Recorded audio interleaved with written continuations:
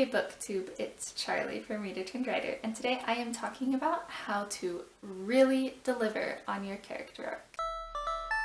Character arcs are really important to me as a reader, and so one of the first things I've been trying to learn as a writer is how to really make them strong and impactful character arcs as I am writing. And of course it's a process, and I'm still learning, but I wanted to share today some of the things that I've learned that I'm trying to implement in my own writing. And I'm going to be using a graph to illustrate the character arc. So I'm going to cut over to my bullet journal. Here is the bullet journal that I'll be making the bullet page from. I am talking about positive character arcs today, and I'm talking about them in terms of a 3-act structure. The foundation of my 3-act structure knowledge comes from Save the Cat Writes a Novel by Jessica Brody.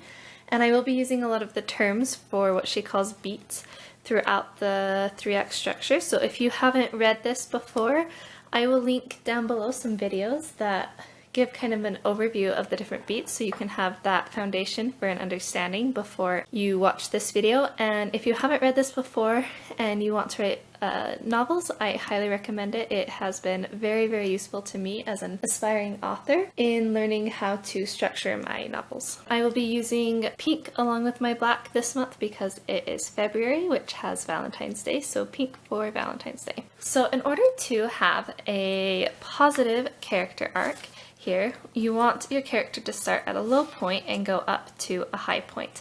And in order to do that, they need to have obviously a character arc or a theme.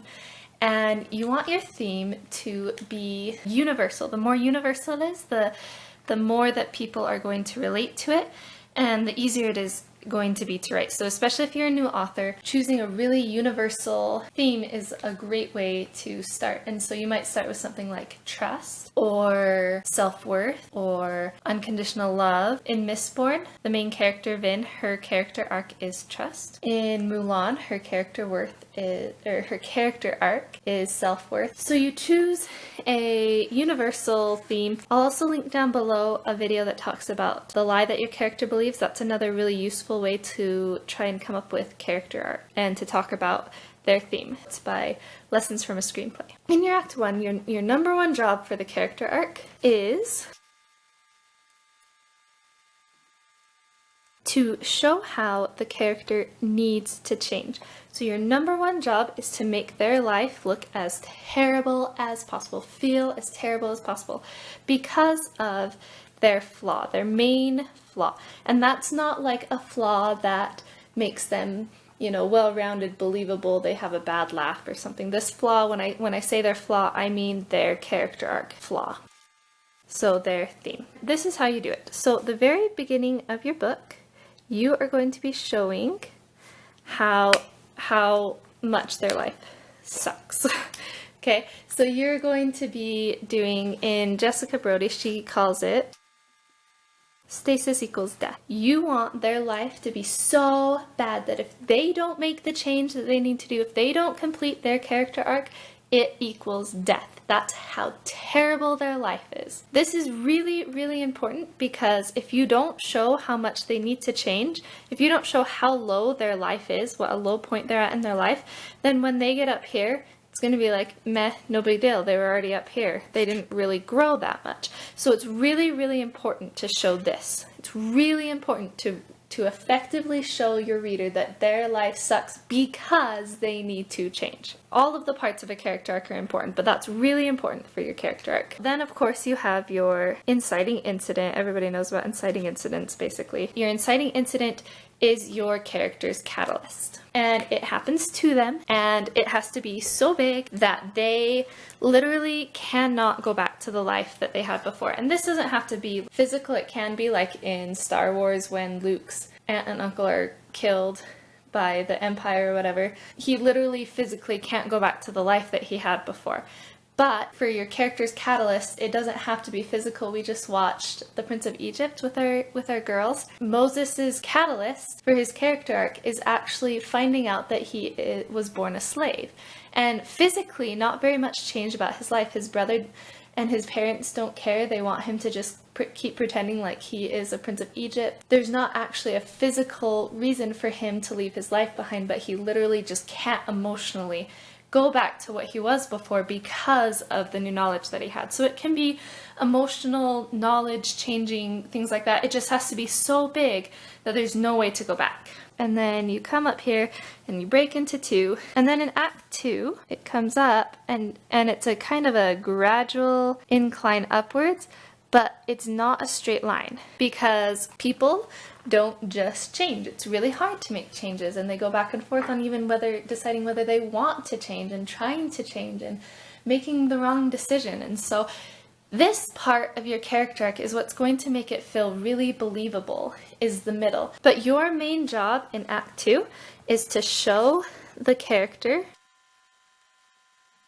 fixing their problem in the wrong way. They're trying, they know they need to change, right? They're like, my life sucked before and now their life is getting better, and they're trying to change, but they're doing it in the absolute wrong way. They're trying to use external things, and one of the best examples of this is Mulan. Mulan, in the Disney cartoon, she, in Act 2, so her character arc is self-worth. She doesn't accept who she is as a person, and she feels like she can't bring honor to her family, right? So in Act 2, she pretends to be someone she's not to bring honor to her family. That is the perfect example of fixing your problem in the wrong way. So they're going up, gradual incline to where they're like, okay, I'm making changes, I'm becoming a better person, I'm believing my character arc, and then they hit this point.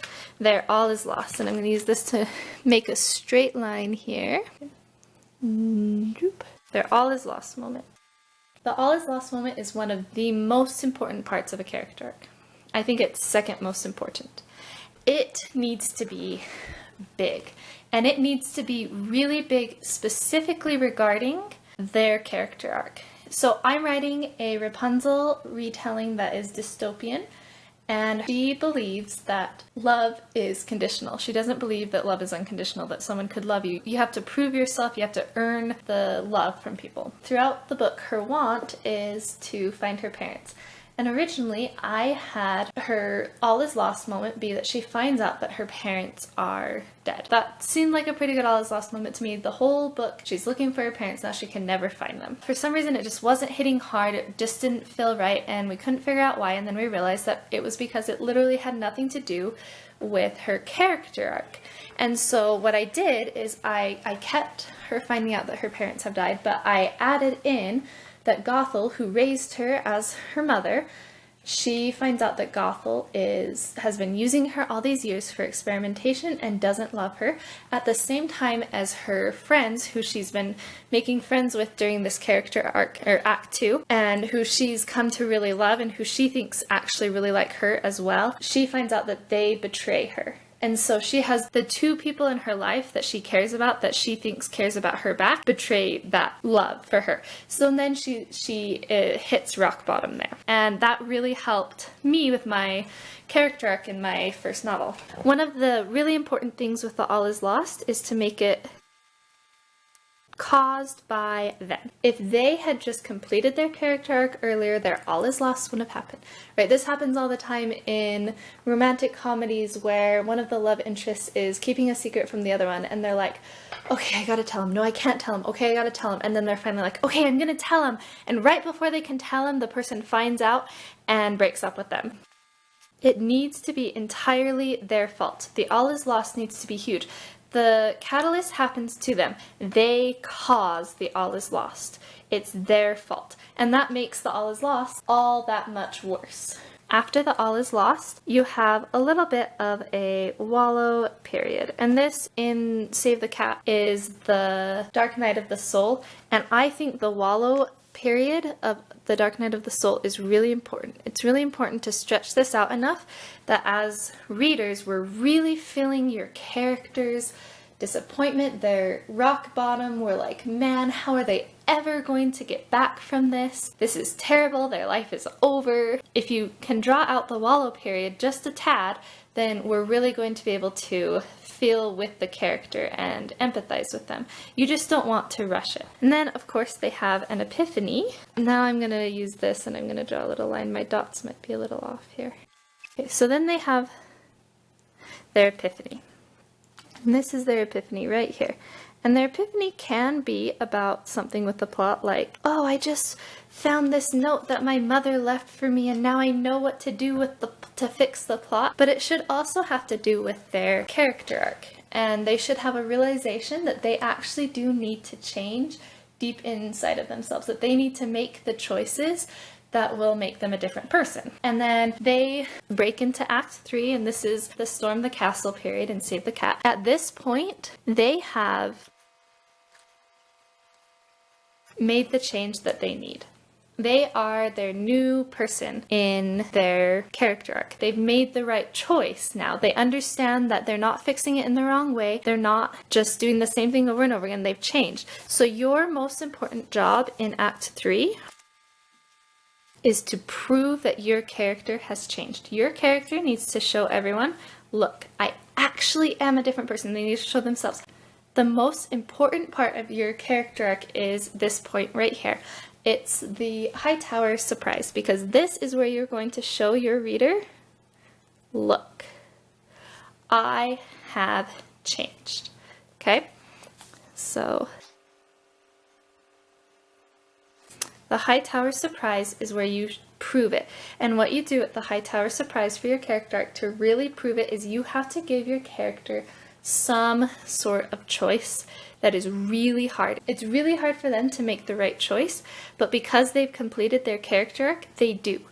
But the opposing choice that you give them at this point is so easy, is so desirable, is like kind of a cop-out almost, but it's what they would have done at this point. Before they'd overcome all of their challenges and become a new person, this is the point that they were at before. And this choice is the most important part of your character arc, because this is where the reader is going to get that delivery. Of all the promises you've made throughout about how they're going to change, this is the delivery right here. They are going to prove to the reader right here that they're going to change, and the reader is going to feel the change, because the reader wants them to make the right choice, but they're like, what if they don't? And the reader can understand why they would make the other choice. So once they've made the choice, then they come up here and they, resolve everything with the plot, blah, blah, blah, and they're a changed person. And now they are here. And this is where they're hanging out up here at the top, because now they're a different person and life is good. The beginning and the end need to be a mirror of each other. Somehow you make it a mirror. And this could be by putting them in the same place or with the same people or doing like an activity that is similar. But they mirror each other, and here you show how bad their life is, and here you show how good their life is. And that wraps up your character arc. If you enjoyed this video, please give it a thumbs up and don't forget to subscribe to my channel. If you have anything to add about the character arcs or found anything interesting about these beats, let me know in the comments below. I love to hear from you. Thank you for watching my video, and I will see you in the next one.